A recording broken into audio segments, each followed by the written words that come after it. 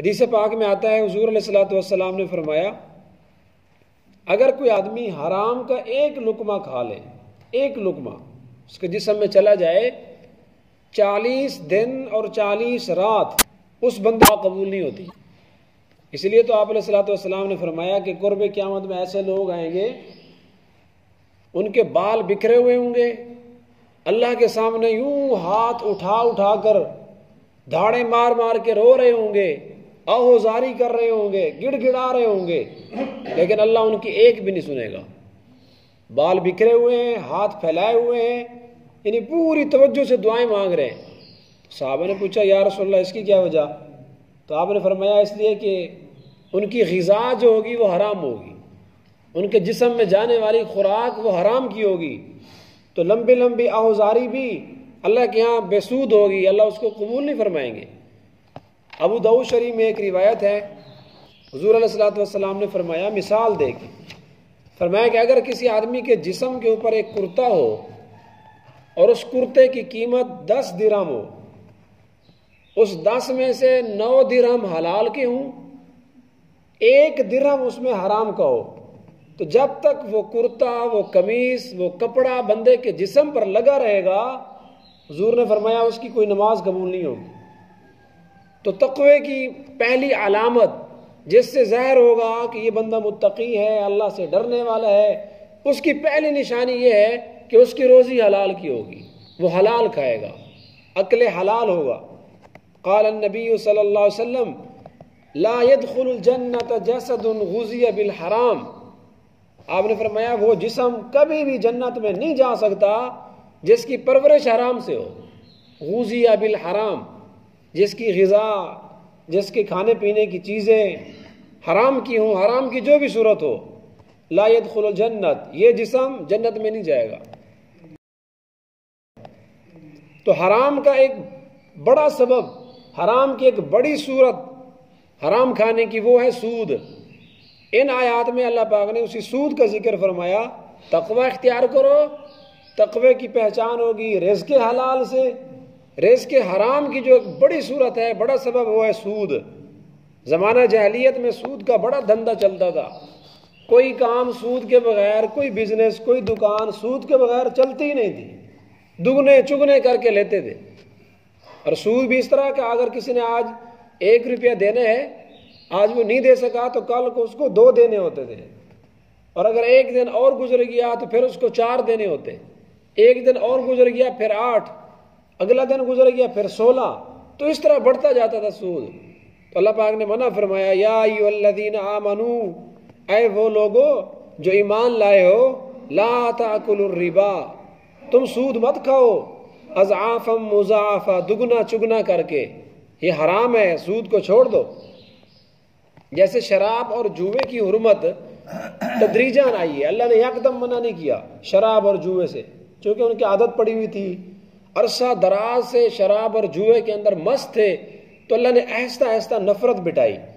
تو سود بھی اسی طرح ہے، اس کے بھی عادی بن چکے تھے، سود کے پاپی تھے، کوئی کام اس کے بغیر ہوتا نہیں تھا۔ تو پہلے تو اللہ نے یہ آیت بھیجی وما آتیتم من ربا لیربو فلا یربو عند اللہ، اے ایمان والو جو تم سود کا پیسہ لیتے دیتے ہو مال بڑھانے کے لیے، سب سے پہلے آیت یہ آئی فلا یربو عند اللہ، یہ اللہ کے یہاں نہیں بڑھے گا۔ وما آتیتم من زکات تریدون وجہ اللہ، اور جو تم اللہ کے راستے میں زکوٰۃ دیتے ہو اس سے تمہارا مال بڑھے گا، یعنی اس سے تھوڑی سی نفرت بٹھا دی دل میں کہ سود کھاؤ گے تو مال نہیں بڑھے گا، منع نہیں کیا، صرف نفرت بٹھائی، اور زکوٰۃ دو گے پھر تمہارا مال بڑھ جائے گا۔ اور پھر دوسری آیت یہ آئی یا ایھا الذین آمنوا لا تأکلوا الربا، اے ایمان والو دگنا چگنا کر کے لمبے چوڑے سود نہ کھاؤ۔ اور سب سے آخر میں سورت بقرہ کی آیت جو پہلے گزر چکی ہے، جس میں تفصیل سے بات گزری تھی، اس مضمون پر میں نے بات کی تھی، اللہ پاک نے واضح طور پہ 2 ٹوک کہہ دیا، اب اس کے قریب بھی نہ جانا۔ احل اللہ البیع وحرم الربا، تدریجاً آہستہ آہستہ آخر میں فرمایا دیکھو کاروبار، بیع، خرید و فروخت یہ تو حلال ہے، وحرم الربا، سود حرام ہے آج کے بعد، نہ کھانا سود۔ اور بلکہ آگے تو اس کو یہ الٹیمیٹ دیا کہ اگر تم سود کھاؤ گے تو یہ رب کے ساتھ، اللہ کے ساتھ اعلان جنگ ہے. فَأْذَنُوا بِحَرْبٍ مِّنَ اللَّهِ وَرَسُولِهِ، چھوڑ دو. فرمایا وَذَرُوا مَا بَقِيَ مِنَ الرِّبَا. اب جب یہ آیت اتر گئی تو کئی سارے لوگوں کے بقایا جات تھے، لین دین تھا، انہوں نے لینے تھے، پیسہ سود پر دیا ہوا تھا، غریبوں کا خون چوستے تھے، لت پڑی ہوئی تھی. تو اللہ پاک نے فرمایا دیکھو آج ختم، بس.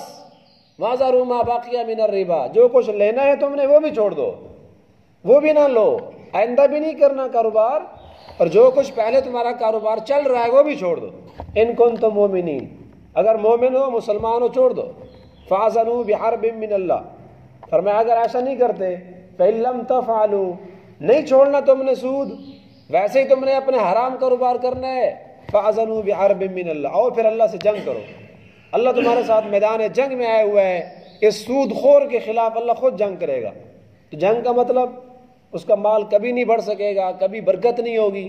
ایک طرف سے آئے گا تو مال جانے کے اللہ سینکڑوں راستے بنا دے گا، کبھی بیماریاں بھیج دے گا، کبھی مقدمات میں لگ جائے گا، کبھی ڈاکٹروں کی طرف سے ایسی ایسی دوائیاں وہ لکھ کر دیتے ہیں کہ لاکھوں روپیہ انسان کا ضائع ہو جاتا ہے، پریشانیاں آ جاتی ہیں، ایکسیڈنٹ ہو جاتے ہیں، حادثات ہو جاتے ہیں.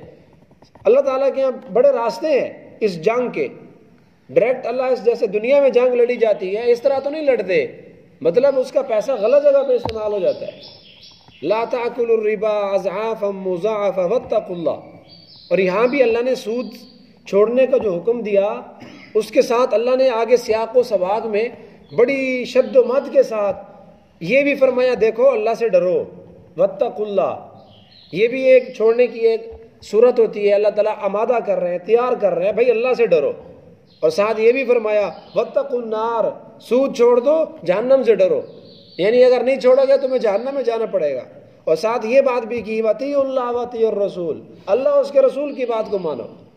اور آقا علیہ الصلوۃ والسلام جب معراج والی رات عرش پر گئے تو آپ نے سود خور لوگوں کا حشر وہاں دیکھا اور اپنی امت کو آ کر بتایا کہ میں وہاں گیا اور میرا گزر ایک ایسی قوم سے ہوا جس کے پیٹ بڑے بڑے کمرے، بڑے بڑے کوٹھے کی طرح تھے.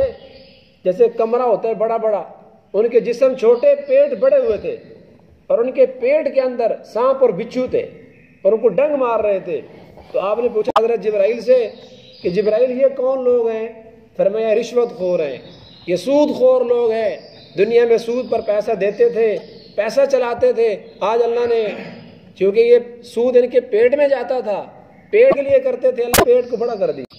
تو یہ اللہ تعالیٰ جو عذاب دیتے ہیں نا اس جرم کی مناسبت سے دیتے ہیں.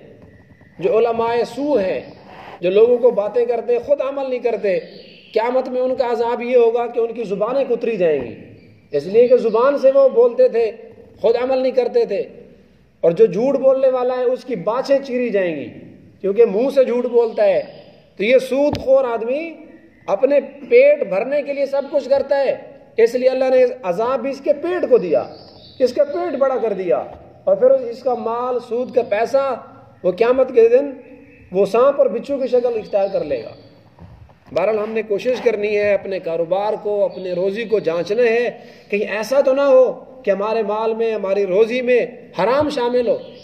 اس کی چند مروج صورتیں ہیں، مختصر میں عرض کر دیتا ہوں. اگر آپ اور آپ کے رشتہ داروں میں سے کوئی اس میں ملوث ہے تو ان کو روکیں اور اتنے بڑے جرم سے ان کو بچائیں.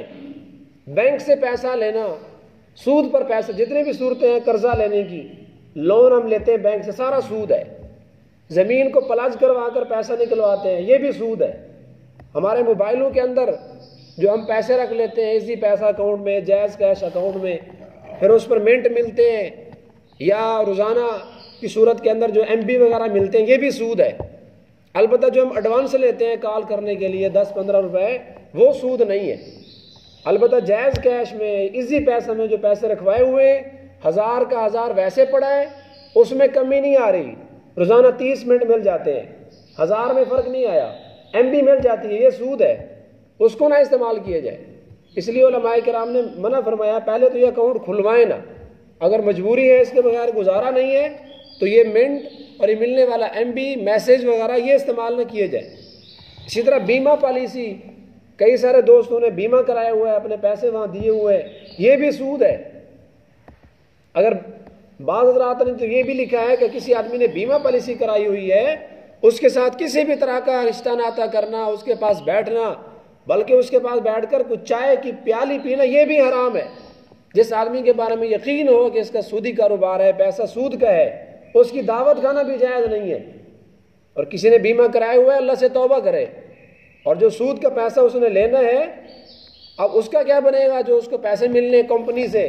تو علماء نے اس کے بارے میں لکھا ہے کہ اس کا صدقہ خیرات کرنا بھی جائز نہیں ہے، کسی غریب کو دینا بھی جائز نہیں ہے، مسجد میں مدرسے میں دینا بھی جائز نہیں ہے، البتہ چونکہ سود کا ہے، حرام ہے۔ ہاں البتہ کسی کو دے دیں لیکن ثواب کی نیت نہ کریں۔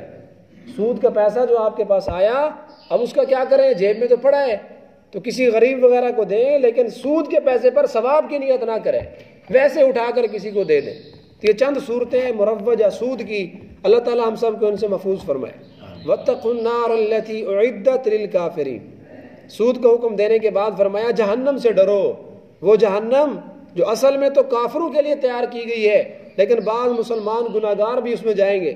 وَأَطِيعُوا اللَّهَ وَالرَّسُولَ، دیکھو اللہ تمہیں حکم دے رہا ہے، اللہ کی بات مان جاؤ، والرسول، اور اس کے رسول کی اطاعت کرو، لعلکم ترحمون، اطاعت کرو گے تو اللہ کی رحمت تم پر ہوگی۔ اللہ ان باتوں پر عمل کی توفیق عطا فرمائے۔